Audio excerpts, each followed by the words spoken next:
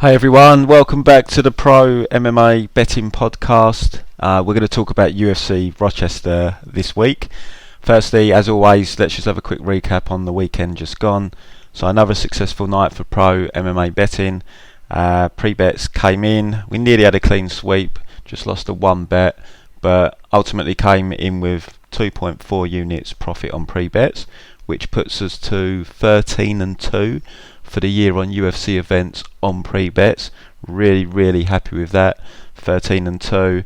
Didn't expect to be doing that well, but really great start to the year. We're probably about a third of the way through. If I could maintain that for the rest of the year, I'd be delighted, and I'm sure all the members would as well. It would be big profit. So really hoping we can keep that going. We had a very rare, very small loss on live betting. Wasn't a great live betting event. I should have pulled the trigger on Andrade after round one. The odds were crazy. Rose was like minus 700 favourite after round one. I knew she would have a very strong first round. My worry with Rose was whether she could keep that up for 5 rounds, and she was still winning round 2, but it definitely looked like she was starting to slow. Andrade was starting to have a little bit more success, and I was kind of giving the guys on the audio live chat warning not to bet Rose because things might change quickly. Like, people were looking at Rose inside the distance. I think that was the main line people were looking at because the money line was too expensive. But yeah, I was saying just to tread carefully because realistically she was probably unlikely going to stop Andrade, so she had to be able to do that for another 4 rounds. So I was just holding off, and I should have just bit the bucket and taken a punt on Andrade, because like plus 500 was ridiculous really, because I mean maybe I didn't think round 1 would be that one-sided, but I definitely thought Rose would have a very strong start. But yeah, apart from that, I didn't pull the trigger on, which I obviously regret. Wasn't the best night for live betting, so we took a very small loss, but it's insignificant. Another profitable night. £100 per unit or $100 per unit bettors are now £7,100 or $7,100 in profit with us in 2019. Guys, you get pre-bets with the service. We email them out normally very early every week. I try and get my tape in a week in advance, so as soon as lines are dropping we can get the bets in. We offer audio live betting tips. We do it via Discord. It's proven to be very successful. Live betting, as I've said many times on here, closest thing I've ever experienced to free money. Very small loss, as I said, this week, but it was a small loss, and it's very rare for us to lose on live betting. It's pretty much guaranteed money. We do this prediction podcast every week. I help members with bankroll management. Any questions, I'm more than happy to answer them. Some guys email me saying, are you okay for me to keep kind of emailing you with questions? Yeah, I don't mind, guys. I'm there to help. Bankroll management is key to success long term in betting. What I always say is this service is a marathon, not a sprint. I'm not someone that's going to go out and risk 30, 40, 50% of my bankroll in one night. I think that's absolutely ludicrous. I think people that do that are crazy, especially people that are offering a paid service. I'm never going to risk more than probably 10% of my bankroll maximum over one night, and as members would have seen so far, it's extremely rare for me even to bet above 4 units on one particular play. 5 units is my absolute max. Bankroll management is key, and we will make steady profit. I'm not going to sit here and say that you're going to win 20 units at UFC event with me. You won't, because I am a safety first bettor.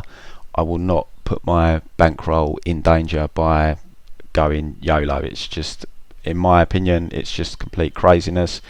It's steady growth, marathon, not a sprint.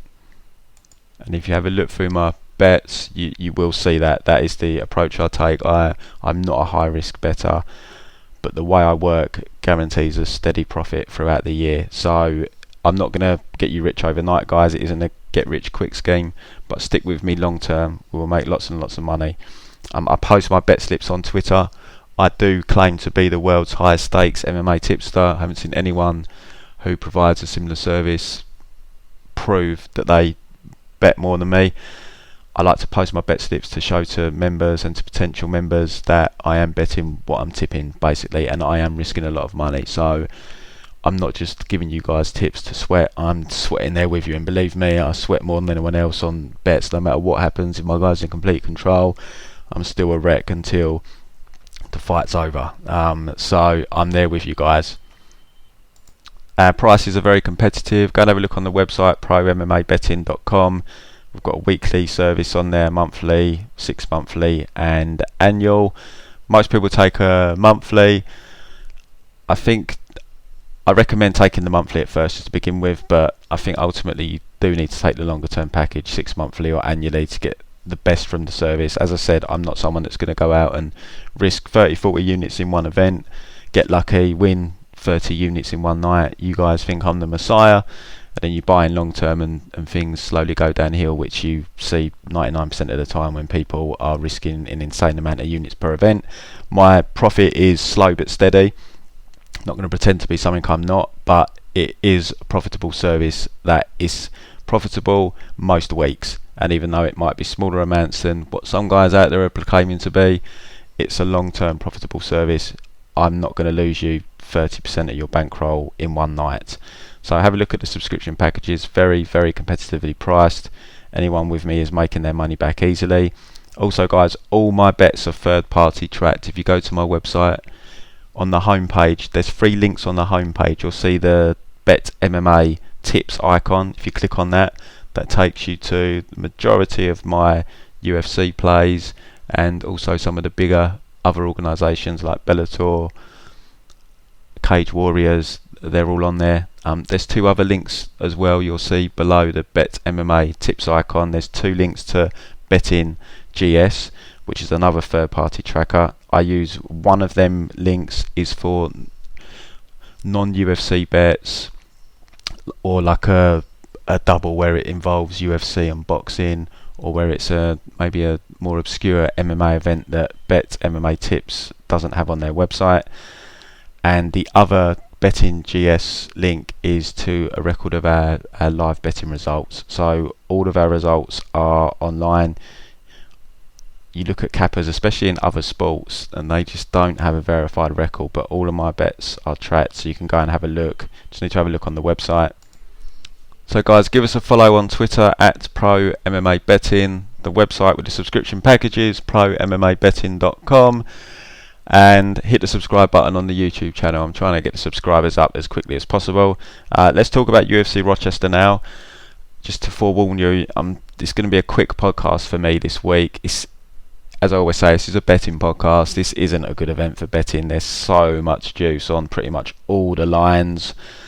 Very few good spots here in terms of good lines. So it's just, not a great event for betting. I haven't started tape yet, but the Sweden card in 2 weeks' time looks a lot better for betting. I've had a quick look at the card and I was like, I need to put a lot of work into tape here, because I think we're going to get a lot of solid lines. But this is one where hopefully we can just scrape some profit, find some gems, like I did actually with the card on Saturday.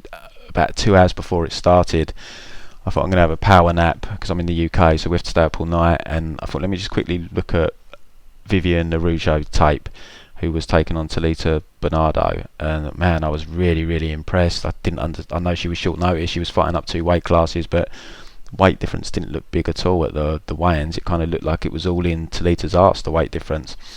I couldn't believe she was plus 230 underdog, so I threw 500 on it.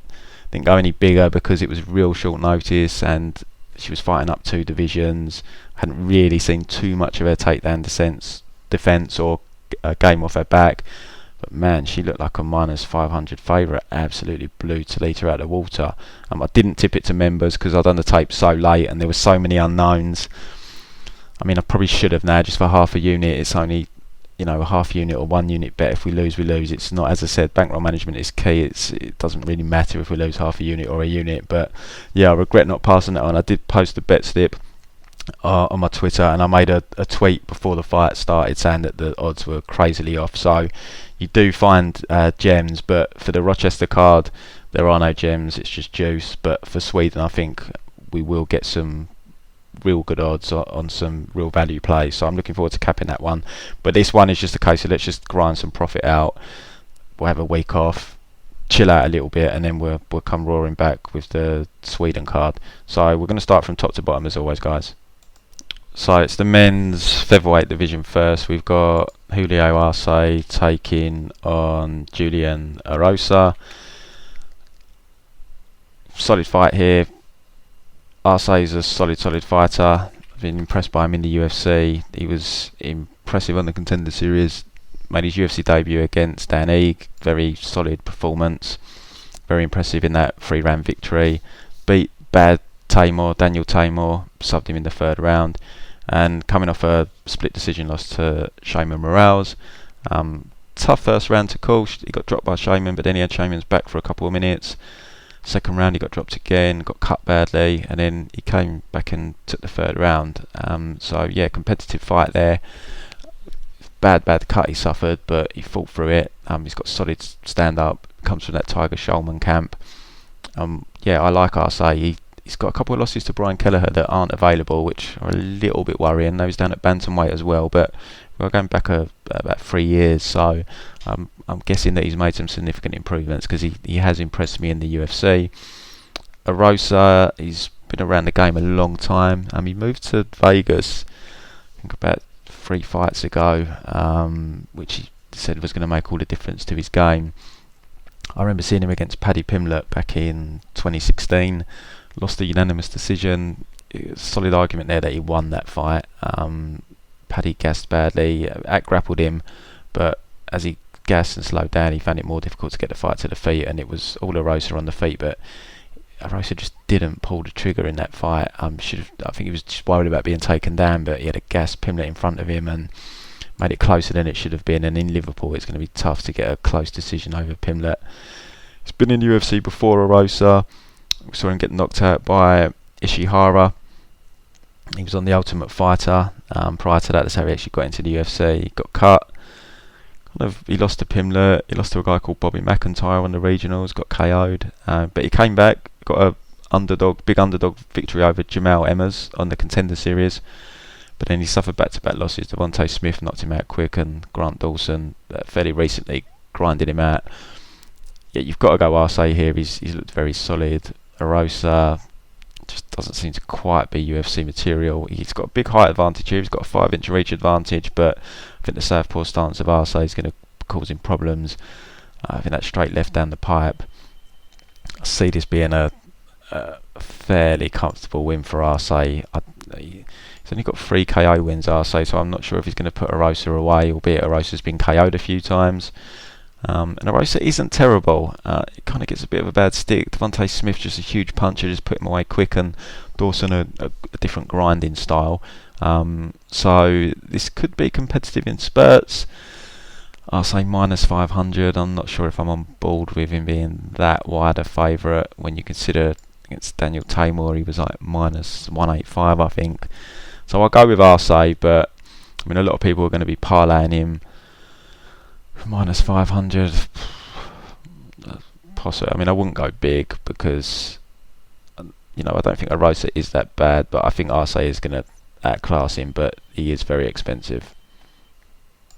Next fight, men's middleweight division. We've got Zach Cummings taking on Trevin Giles. Trevin Giles 2-0 in the UFC. We've not seen him for about 18 months. He's now a qualified police officer. Just had a baby. So yeah, I'm not sure the reason for the layoff. Maybe he's been busy getting into the police, building himself a career to fall back on. But if he's in the police, I'm assuming he can't train full time. I understand he's got a facility at the cop shop, but still, just wondering if he's fully invested into his UFC career. I mean, I can't blame him obviously for having something to fall back on, but as bettors, it's just something that I do always like to see, that the guy I'm backing is full time. He's looked decent enough in the UFC. James Bokovic, Nito, put them both away. You'd expect him to. Got a split decision win prior to his UFC debut over Ryan Spann, so the guy's definitely got potential. Zach Cummings moved up to middleweight to fight Trevor Smith. Didn't look overly impressive in that fight against Trevor, I've got to be honest. Showed some really bad fight IQ as well. Had Trevor hurt in the 3rd round and just went to the mat with him, just ended up putting himself on bottom. It was just like, what are you doing, Zach? Prior to that, struggled with Prezeras as well. So it's a little bit off his last couple of fights. I don't want to write him off completely, Zach, because we saw Wally Alves. I had the same thoughts about Wally Alves. He's just been looking flat. Didn't know where he was at, and he looked great at the weekend. But yeah, Zach's just... I mean, he's moved up to middleweight. He's not the... I mean, he used to go on about how big a welterweight he is, but he doesn't look like the biggest middleweight to me, even though apparently he's a fair-sized middleweight. But Trevin's been off a while. The betting line's flipped here. Trevin's now the favourite, sitting at -145. He's the younger guy. You know, he's just starting his career. He's 26. Zach, like I said, just haven't been impressed his last couple of fights. But he's very tough, Zach. He's got a solid ground game. It's a tough fight. For me as a bettor, it's a pass fight because I'm not sure where Trevin's at. He's had that time out. But if I had to, I'd probably go with Zach. I think maybe Zach's been a little bit disrespected now, being the underdog here. But he's definitely not looked great for me the last couple of fights. But he does have a very solid ground game. He's very good chin. He's got decent stand-up, but he can just be low volume. But I'm going to pick Zach here. He's the underdog. I think there's a little bit of value there. That's the reason I'm making the pick. If the lines were flipped, I'd probably pick Trevin, but as a bettor, we look for value. I think maybe he's been a little bit undervalued, but it's not a confident pick. But I hope Zach does put in a decent performance here, because he's just looked a bit flat to me last couple of fights. I mean, if we even go back to like the Yakovlev fight, he kind of got outstruck by Yakovlev in round 1. Yakovlev was just hitting him with low kicks, and then ultimately, it's just his volume that's the problem with Zach. But he's tough. He can take a solid shot. Yeah, I'll go with Zach, but I'm not confident there. It's a complete value play. I think it should probably be a pick-em, so there's not even a great deal of value in the line. In fact, no, I'm going to change my mind. I'm going to go with Trevin Giles.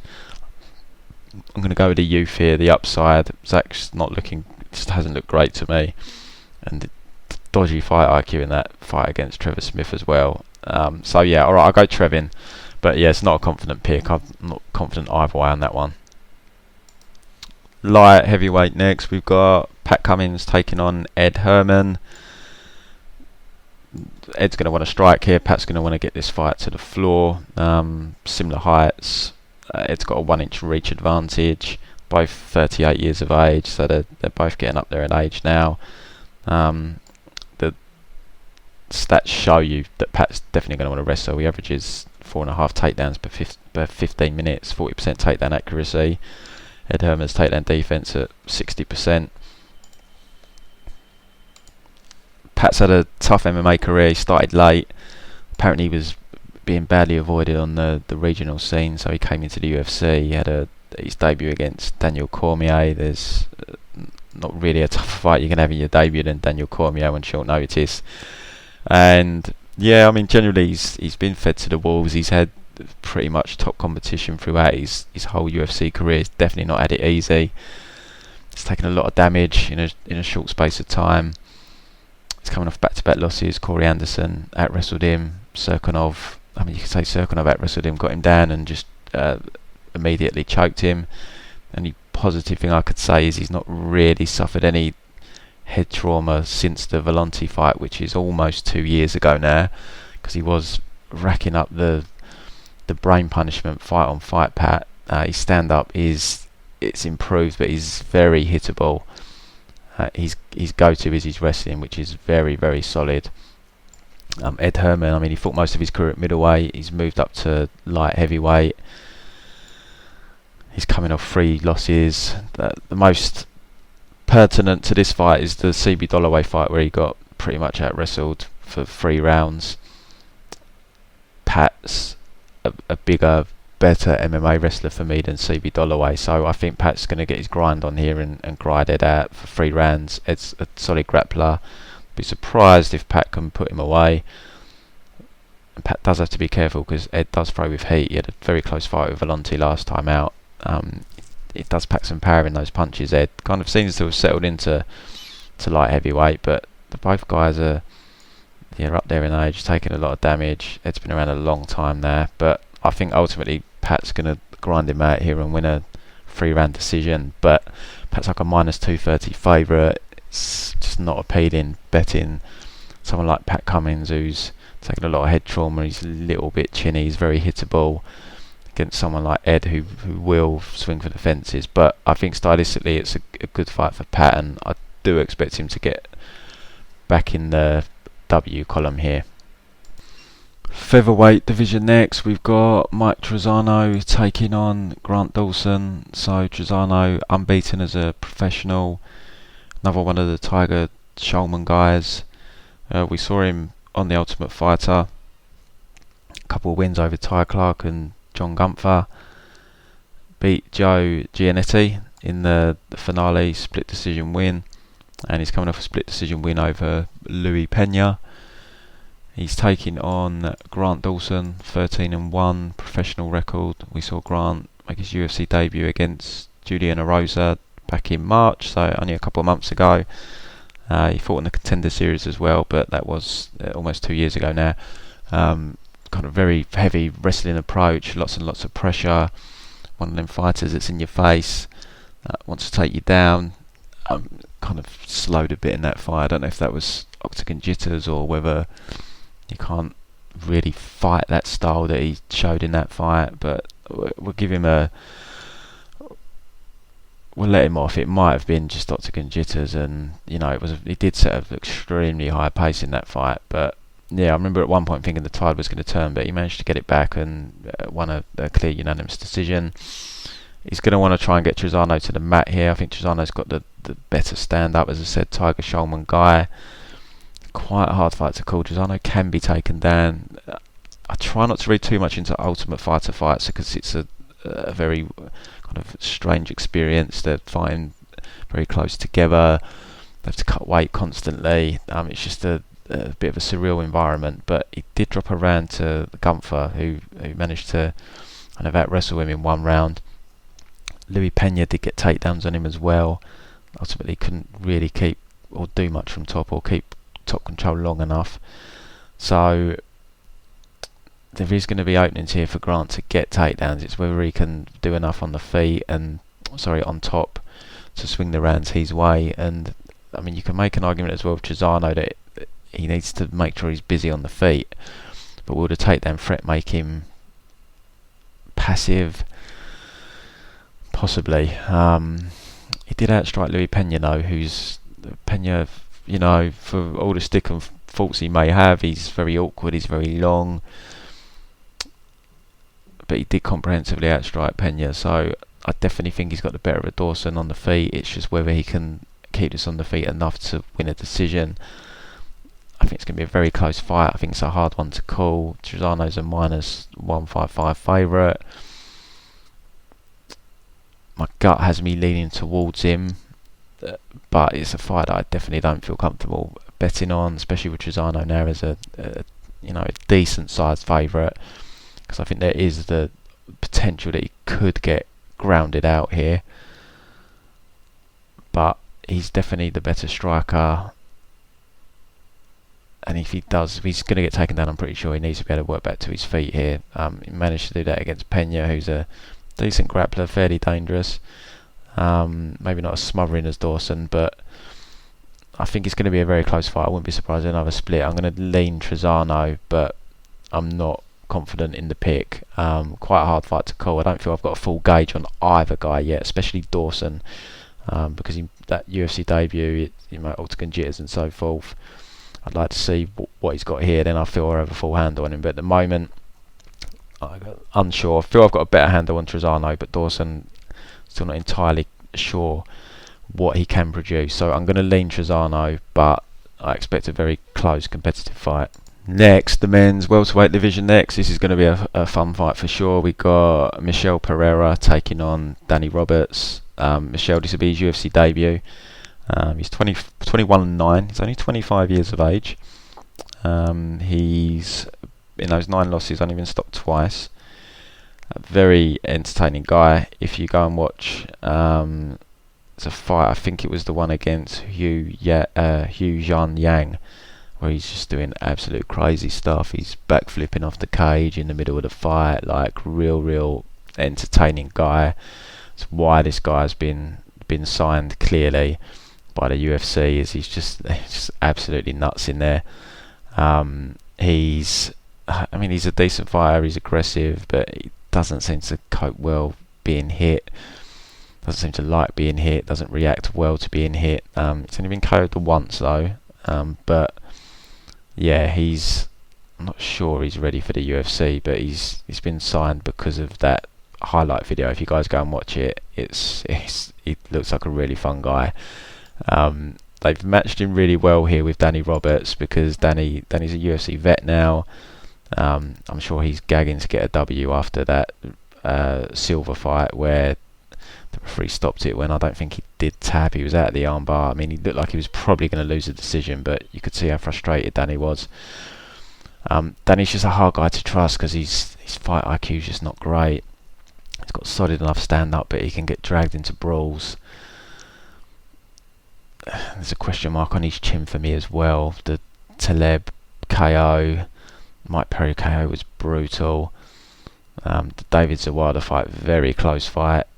Split decision when he got there, and then the controversial loss to Henrique, but he just showed dumb fight IQ against Henrique. I'm sure he could have made that a lot easier than it was, and I mean, I think he was going to lose the decision, but it was just some silly errors he was making in terms of his fight IQ. Yeah, I've got to go with Danny here. I think he's kind of proven UFC level. Michel, I'm not sure he is, but with Danny's easiness to get dragged into sloppy brawls, he's sitting at the moment as a, where's the line gone?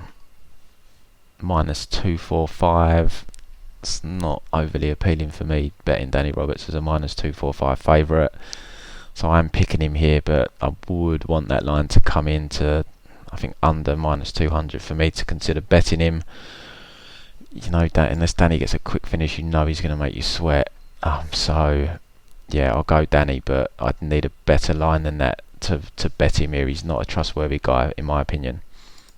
Desmond Green next, taking on Charles Jourdain in the lightweight division. First thing to be noted is Charles is a featherweight here. He's going to be I know Green's fought at featherweight before, but he's a decent sized lightweight for me, so there's going to be a big size disadvantage here. I watched tape on Charles. I wasn't overly impressed. He's a young guy, 23, plenty of room for improvement, but I think definitely at lightweight, this has come too soon against someone like Desmond Green. They should have just let him make his debut at featherweight. I watched some fights, and yeah, I've just not been overly impressed. He got about 18 months ago just completely wrestle fucked by TJ Laramie. Now he's only young, I'm sure he's improved, but Damien Lapalus in April, so only a month ago, Damien was fighting on that card, but he took this fight with Charles actually on a couple of hours notice. It was meant to be over a 3-round fight. This was over 5. He had some success against Charles, got takedowns on him, fairly competitive in the stand-up. He just slowed down. Des is kind of a bit of an underappreciated guy because he's not flashy, generally kind of wins decisions, but he's coming off a KO loss to Ross Pearson, a KO victory over Ross Pearson, albeit a shot Ross Pearson, let's be honest. He did hurt Gleison Tebow on the feet as well, albeit Tebow is a shot version as well, but he run Tysonov close on the feet. I had Tysonov in a parlay in that fight, and I was sweating that fight.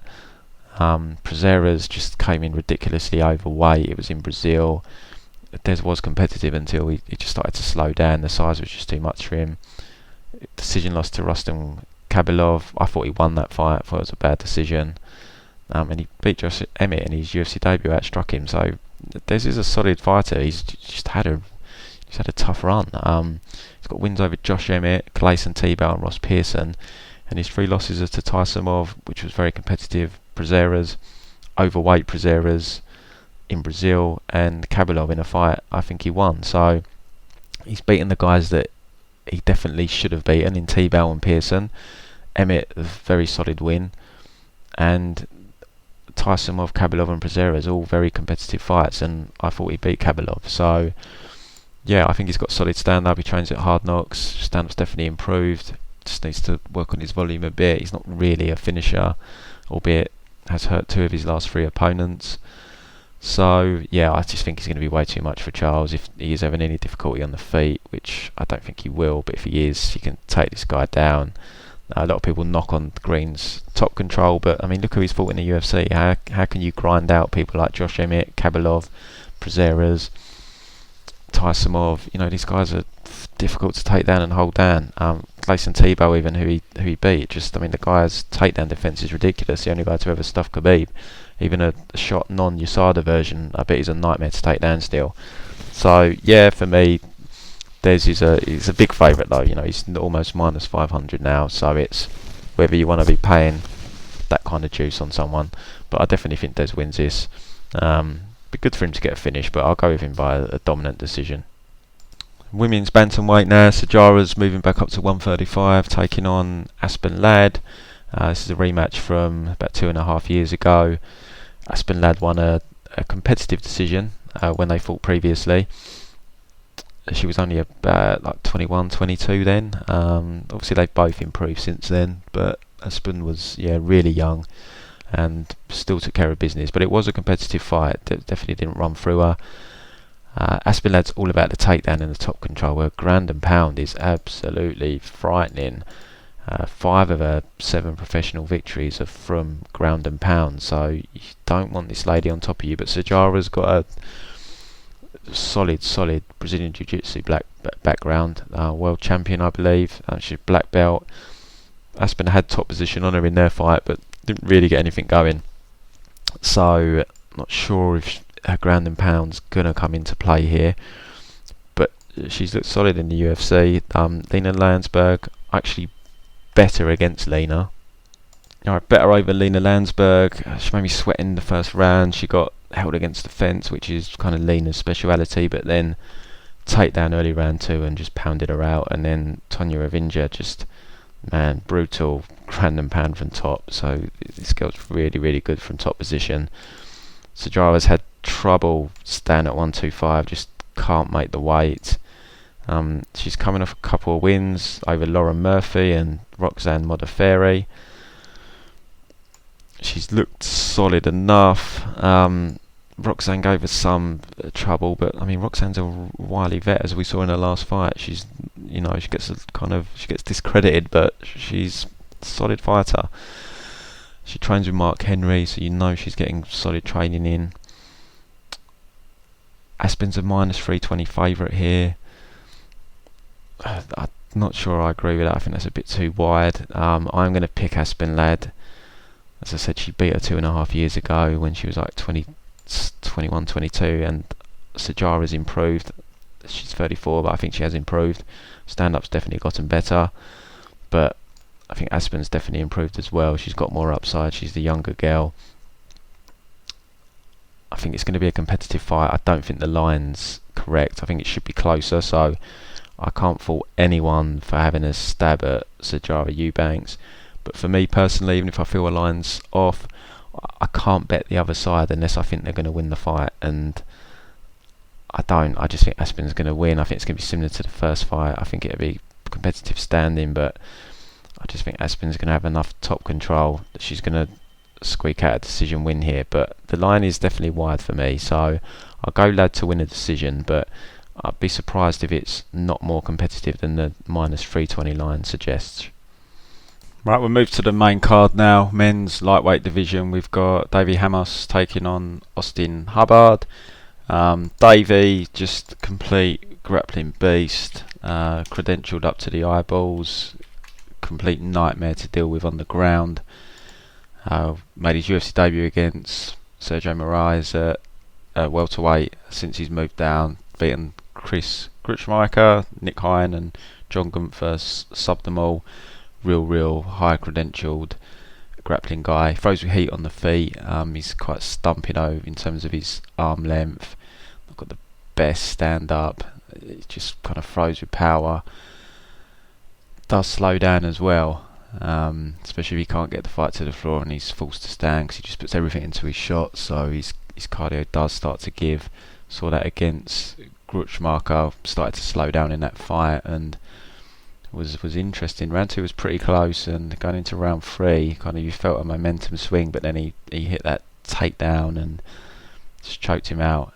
Nick Hine takedown submission, Gunther takedown submission. So guy's real dangerous on the floor. Really credentialed grappler. Austin Hubbard, I watched a lot of tape on him. He trains at Team Elevation. Technically he looks very sound, but I just wasn't blown away with him.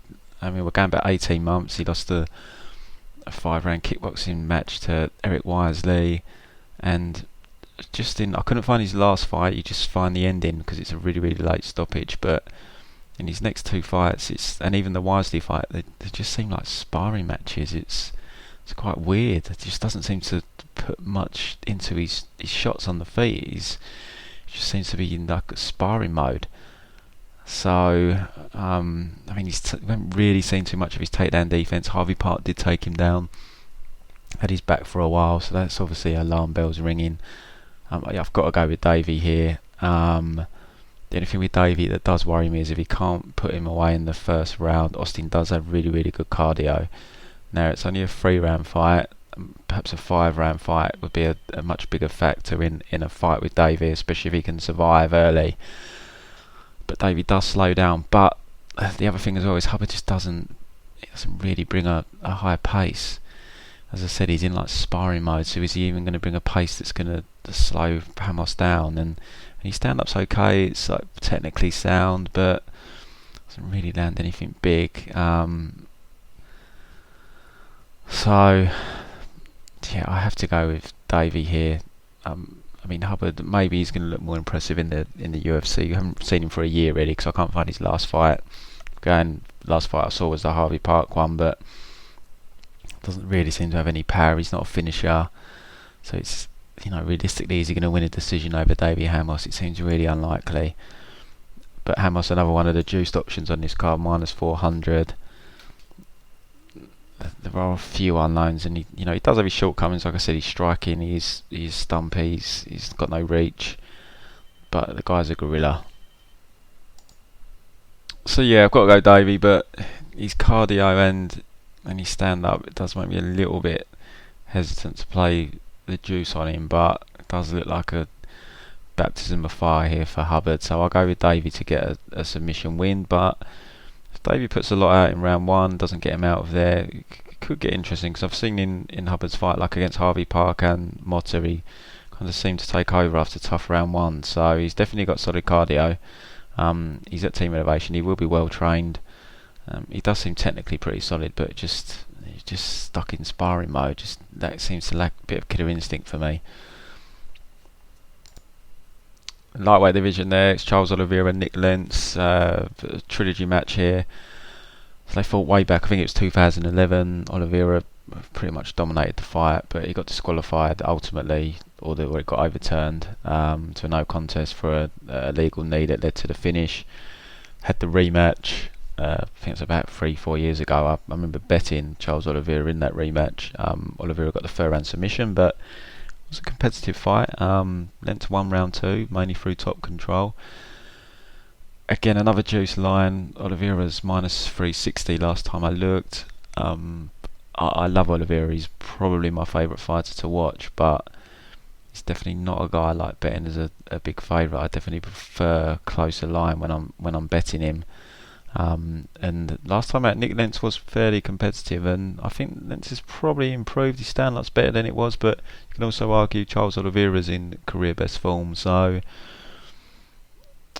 it's kind of a bit of a pointless rematch when you consider, I know it was an illegal knee, but Oliveira's basically won the first 2 fights because he was dominating the first fight.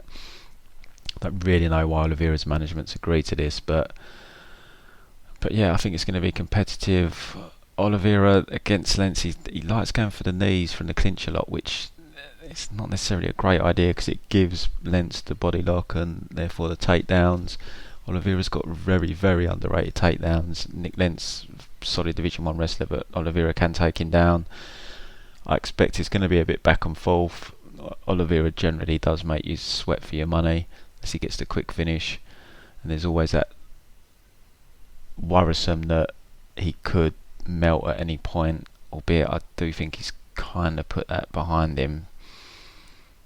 So yeah, I'm going to go Oliveira, but I think it will be, unless he gets a real quick submission, I think it is going to be back and forth. I think you will sweat for your minus 316, minus 400, no doubt he's going to close. Just, he's not really the type of guy I like betting at that kind of price, just because, as I said, you just don't know at any point he might just flake. He's not done it for a while, but that's still in the back of my mind. But he's so dangerous, submission game. He's got solid stand up. He's just hittable. Lentz did slow down badly in his last fight. Could not afford to slow down against Oliveira. Oliveira's normally, cardio wise, he's normally okay to go hard for 3 rounds. So yeah, I'm going to pick Oliveira. I think he's probably going to get another submission win here, but I think it will be an entertaining fight while it lasts, and I think it will be fairly back and forth. These two have, both their fights have been entertaining, so, but I fancy Oliveira to wrap up another emphatic submission, and hopefully he gets a higher ranked opponent next, because this is not really I don't see this as a wise career move, and if you look at his last few fights, it's just odd matchmaking for me for someone that's on real solid run. So hopefully he gets a kind of step into the top 10 opponent next time. Women's featherweight division next, we've got Megan Anderson taking on Felicia Spencer. Huge size advantage here for Megan. She's going to be a lot taller. She's real big for 145. Felicia Spencer is out and out grappler. She's only 5'6". Megan's, I think she's 6 foot, over 6 foot. So this is truly a striker versus grappler match. Felicia's going to want to get this to the floor. There's no doubt about it, and that has been Megan's kryptonite. So we have to make some assumptions here, because we haven't seen Megan's takedown defence tested since the Holly Holm fight, which was about a year ago now. She might have been caught completely unawares in that fight. Holmes never wrestled before, she's always struck, so maybe going into the fight she wasn't expecting the takedown, perhaps didn't work it too much in her training. But you look for her career, that's been the weakness for her, is her takedown defence. She's never shown solid takedown defence, but she does train with James Krause. He's her head coach, solid coach. I've got to imagine since that Holly Holm fight they've been working on her wrestling non-stop, especially now she's in the UFC. You can't have a gaping hole like she's had with her takedown defence in the UFC. I mean, they're trying to build the 145 division. There's not really many fighters in it, but yeah, it's just been a hole for her. She's managed to kind of come through the fights because she does have solid stand-up. She's got big power for a woman. She's very big for the weight, but she's at a good camp, so I've got to think it's something they've been working on. But it is an assumption we are making there, because we've not seen evidence of it. The Kat Zingano fight would have been a great test for that, but the unfortunate kind of toe in the eye that caused the end of the fight after just a minute, we just didn't get to see it. But you've got to imagine she was working the hell out of it for the Zingano fight. So yeah, Felicia's going to want to get her down. Megan's got to keep it standing. Felicia's not really fought anyone. Felicia's best win is over Pam Sorensen. I don't want to kind of dig her out for a record. You can only beat who's put in front of you. She's only had 6 pro fights. Pam's not the greatest fighter out there. She's got a win over Jessica Rose Clark, split decision win from 2.5 years ago, so she's not terrible. But yeah, this is a big step up for Felicia, and I just think that on the feet, I think she's in big trouble here. Megan hits very hard for a lady. She's a very good finisher. I think she's going to put her away, but we are making assumptions here, so it does make it a difficult fight to bet on. Megan's about minus 145 now. She did go to the dog at one point, but obviously money's been coming in steadily, so it's one where you have to make some assumptions. I don't like making assumptions as a bettor. I like to know exactly what I'm betting, or at least like to think I know what I'm betting. Obviously we always get surprises, so it does make it a little bit risque, but I've got to think that she's been working on her wrestling defence with the camp she's with, obvious hole in her game, and she's had a year since we've last seen it, so I've got to think it's something she's worked on. So I'm going to go with Megan here. I think she's going to put Felicia away. But I'm hoping we get to see that takedown defence tested. I hope she doesn't get another quick KO win on the feet here, and we don't get any more inclination as to whether her takedown defence, etc., has improved. But I mean, it's such a shallow division. It's like, who does she fight next anyway? There's so few options. But yeah, I'm definitely going with Megan here to win this, and I'm going to take her to win by KO. But as I say, assumptions are being made. Right, we now move to Antônio Carlos Jr. against Ian Hainish. So we've got this fight, the Magny co-headliner, and then the main event. These are the three best fights on the card for me in terms of matchmaking, particularly this one and the main event. This is a real interesting fight. Before I kind of thought about it more, I did think I was going to be pretty heavily on Antônio Carlos Jr. here. Quick look at the stats. He's a couple of inches taller. Fight metric hasn't got Ian's reach listed, but Junior's definitely got a reach advantage. He's got a 79-inch reach for a middleweight, which is pretty big. Ian's a bit stumpy, so there's going to be a sizable reach advantage there. Carlos Jr. only lands just 2 strikes per minute. He ends up at 3.5, but his stats are just based off of one fight. Takedown average for Carlos Jr., because I think this is where he's going to want this fight. He does average just under 4 takedowns per 15 minutes, 46% takedown accuracy, so that's really good stats considering how many fights he's had in the UFC. And Ian, 50% takedown defense, but it's just going off the Mutanti fight, and to be fair, Mutanti has one of the best power doubles in the division. Really solid power double. So if we look at Antônio Carlos Jr., he's been out for a little while. He's had surgery. I think he had shoulder surgery. So we are looking at a bit of a layoff for him. I think he's been out about a year now. Just double checking that. Yeah, about a year out. Look, he's looked really solid his last 3 fights, but you've got to remember he fought Tim Boach, Jack Marshman and Eric Spicely. He did what he was supposed to do. He stopped them, submitted them all. 2 in the first round, 1 in the second round. Marvin Vettori fight 2.5 years ago now, but you know, he did have some difficulty there. Had a rough second round. Managed to grind out the round 3 to take the decision. And when he has been expended in more challenging fights, we have seen his cardio failed him. We saw that against Dan Kelly. Now, he did roll his ankle in that fight. He had the long flight to Australia. I don't know how much impact the flight and that had, but he definitely did gas against Dan Kelly. I have seen him slow a little bit, I think, against Vettori. Vettori was just more gassed than him going into round 3. Vettori does have a cardio issue. So we have seen him slow down, but I mean, the guy's a really decorated jiu-jitsu guy, very dangerous on the mat.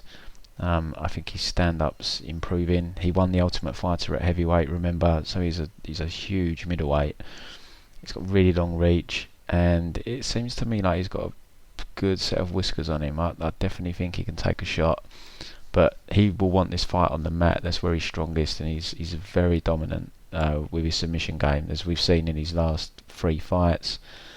He's pretty much submitted everyone that he's beaten. Vitor Miranda managed to take in the distance. That's 5 years ago, and Marvin Vettori survived, but otherwise he's stopped everyone else. But you know, you look at who he's beaten in the UFC. Marvin Vettori's his best win for me. It's kind of for fairly low-level guys, so I'd say Heinisch is a kind of step up, perhaps kind of same kind of level as Vettori, but Heinisch, a different style of fighter. He throws heavy on the feet. He's got a solid right hand. We saw against Cesar Vahaya he can be taken down, but he got up well every time he was taken down. But Antônio Carlos Jr. I think is the better top positional grappler. I think if he gives his back to Carlos Jr., he's going to be in a world of trouble. Heinisch does have really good cardio. He can go hard for 3 rounds. We saw that against Mutanti. He outlasted him.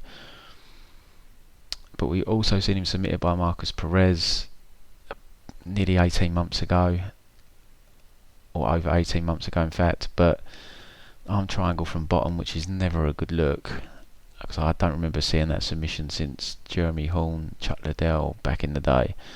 So that isn't a great look when you're facing a submission guy like Carlos Jr. But I mean, I don't like to call wins flukes, but you know, it's very unlikely for someone to lose to a submission like that.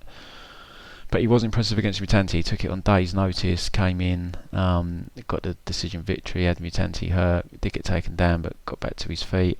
I think he did drop for some guillotines in that fight, if I remember, which he can't be risking that against Carlos Jr. He's got to fight way more disciplined. I think this fight definitely it gets interesting if it goes past the first round. Carlos Jr. we haven't seen him really tested since the Vittori fight, which was 2.5 years ago now. He's had 3 fairly comfortable wins, 2 in round 1, as I said, 1 in round 2, but he was, controlled the fights completely. He's been out a year, so this is going to give us an idea as to where he's at. The layoff isn't ideal. Kind of maybe mess with his momentum a little bit. But yeah, this is... I can't back Carlos Jr. I thought I would be, but I can't back him as a -220 favourite. I think he's had a bit of an easy run. Last time he had a step up Vittori. It was a very competitive fight. The danger for Heinisch is round 1. He needs to be smart here. He needs to make sure that he's not dropping for guillotines, and he does need to be careful when he's getting up about giving his back, because you give this guy your back, he's going to be on it straight away, and you're going to have to defend that neck for the rest of the round most likely. So round 1 could be dicey. I think this is a really solid live bet fight to see, especially if you like Heinisch. See if he can survive round 1. See if Junior slows down a little bit at all. See if Heinisch can come on strong later in the fight. So I'm going to go Carlos Jr. But I'm definitely not confident enough to bet it, and I think Ian, if he gets out of round 1, it's a very live underdog, so I definitely think it's a solid live bet fight potentially. So I'll go with Carlos Jr. to get a round 1 submission, but the odds even up dramatically if this leaves round 1 in my opinion. What Ian would ideally want is, he doesn't really want Carlos on his kind of back for round 1, and Carlos having an easy round 1 where his cardio is not tested. And if he does lose the round and he has to survive some troublesome spots, he'd still want to put some pressure on Carlos and have some success on the feet, maybe make him work for them takedowns. Doesn't want him to kind of coast round 1, because then he's less likely to gas as we go later if he has an easy round 1, so he's got to try and push him here. But I will go with Carlos via submission, but it's not a confident pick, and this is probably, besides the main event, this is the fight I'm most looking forward to seeing, so I expect it to be a really good fight while it lasts. Co-main event is Magny taking on Vicente Luque. I mean, Magny's got a big reach advantage, he's got the height advantage, but he just struggles with kind of good, solid pressure fighters. Magny's path to victory for me is he needs to get this fight to the floor. He's shown a solid body lock takedown. We've seen it throughout his UFC career. He used it really well against Kelvin Gastelum. We saw him use it against Carlos Condit. That's his path to victory here for me. I think on the feet he's outgunned. As I said, he's struggled. Ponzinibbio is kind of similar style to Luque, and he just absolutely overwhelmed Magny for the duration of that fight. Magny couldn't get anywhere near a takedown. We saw Lorenz Larkin as well, just give him all sorts of problems on the feet. We've seen him hurt multiple times. I don't think he's chinny nil. He does recover really well, but he has taken a lot of punishment. He's coming off a faceplant KO to Ponzinibbio, which is never good. Lorenz Larkin battered him, managed to actually, the stoppage ultimately came from like elbows off a takedown attempt, but yeah, he was badly hurt there. Hector Lombard fight, it was in big trouble in round 1.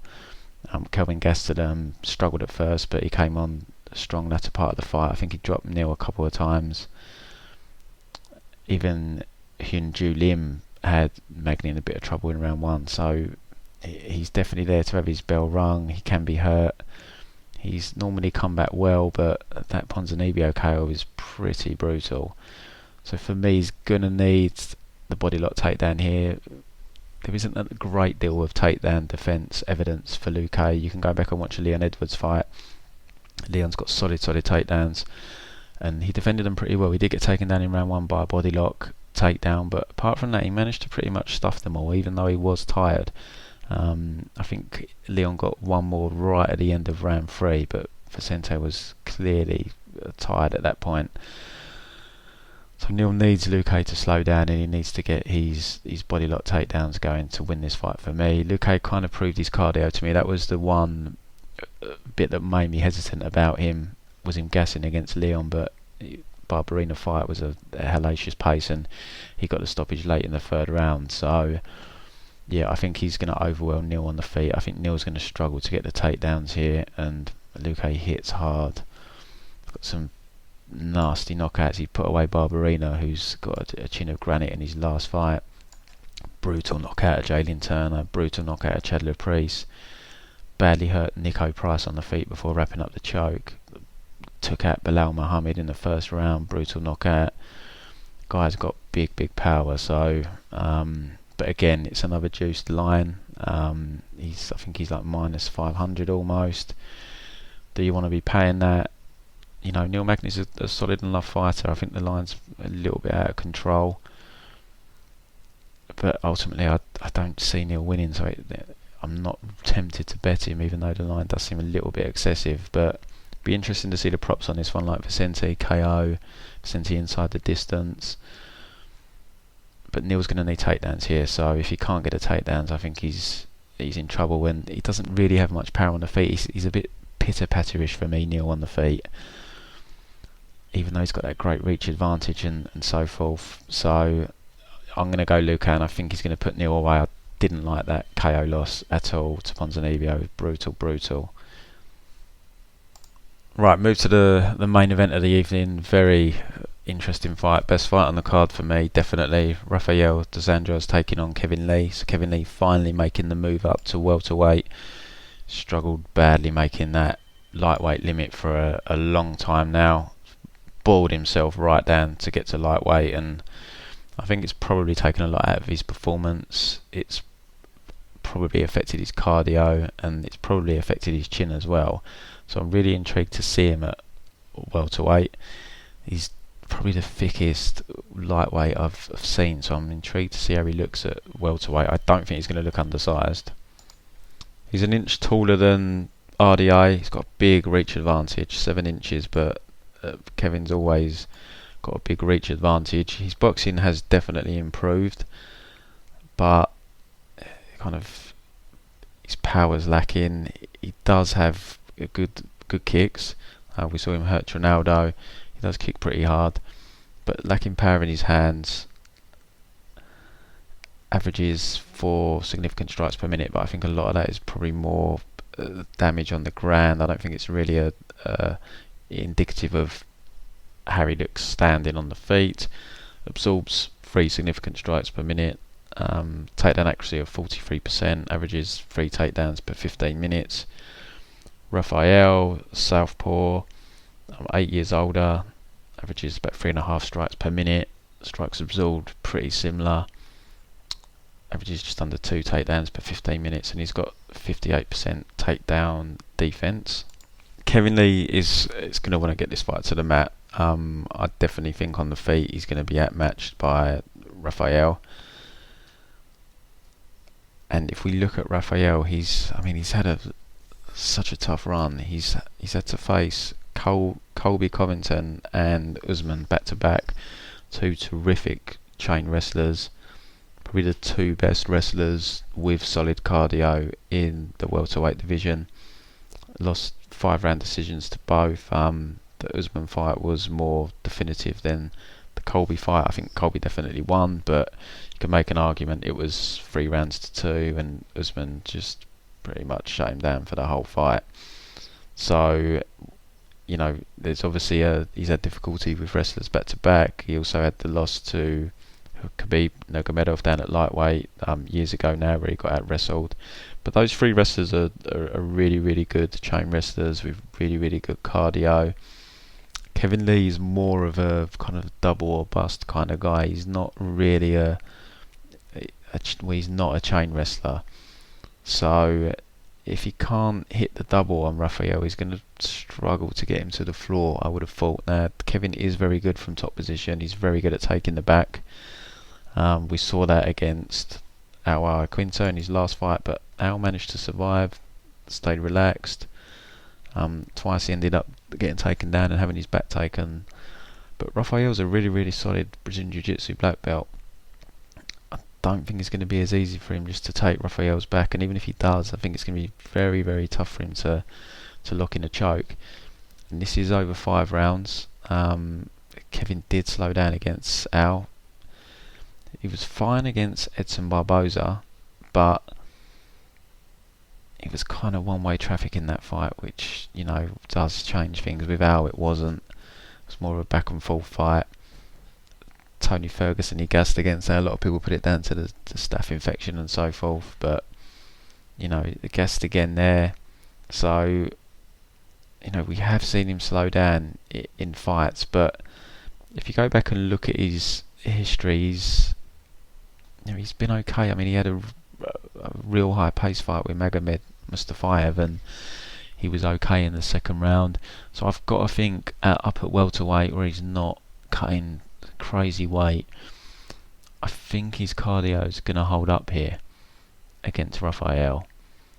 So it's going to come down to whether he can get his wrestling game going across the 5 rounds. I don't think he's going to stop Rafael. I'd be shocked if he stopped him on the feet. I'd be shocked if he managed to submit him.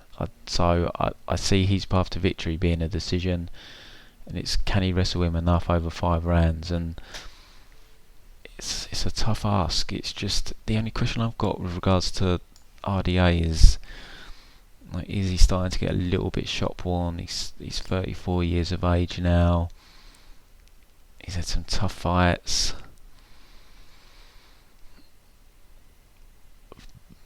But it's hard to get a read on how Kevin's going to look at welterweight. I definitely think he's going to be better. I think his chin's going to be better. I think he's going to be stronger. But I don't see him having much joy on the feet.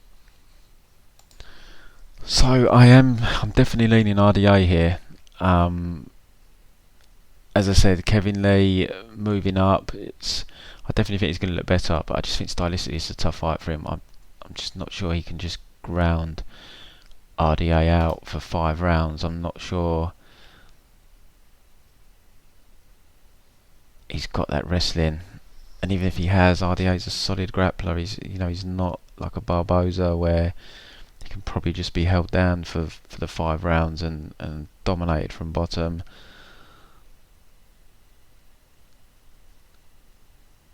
But it's not an overly confident pick because, I mean, Kevin might look an absolute monster at welterweight. He's so big at lightweight. I definitely think he's going to look better having made this decision to go to welterweight. Albeit, I think 165 will probably be perfect for him. I do think that this is the right decision for him. I'm surprised RDA's accepted this fight, coming off the back-to-back losses to wrestlers. The loss to Khabib. They're obviously, stylistically, when you look at it, he does struggle with these types of guys. But Kevin is more of a kind of power double or bust guy. I'm not sold on his stand-up. I think his stand-up is definitely worse than Colby and Usman's. And I'm not sure he can fight at the kind of ferocious pace they can. Hard for 5 rounds. Especially if RDA is having some success and it's not all one-way traffic. So yeah, it's not an overly confident pick, but I'm going to go RDA. The odds are, it's basically a pick 'em fight, which I can see why it is a hard fight to call, because there's unknowns with Kevin moving up to welterweight here, and as I said, I've just got some question marks around RDA. Where he's at, 34 years of age now. He's had a lot of tough fights, 40 fights.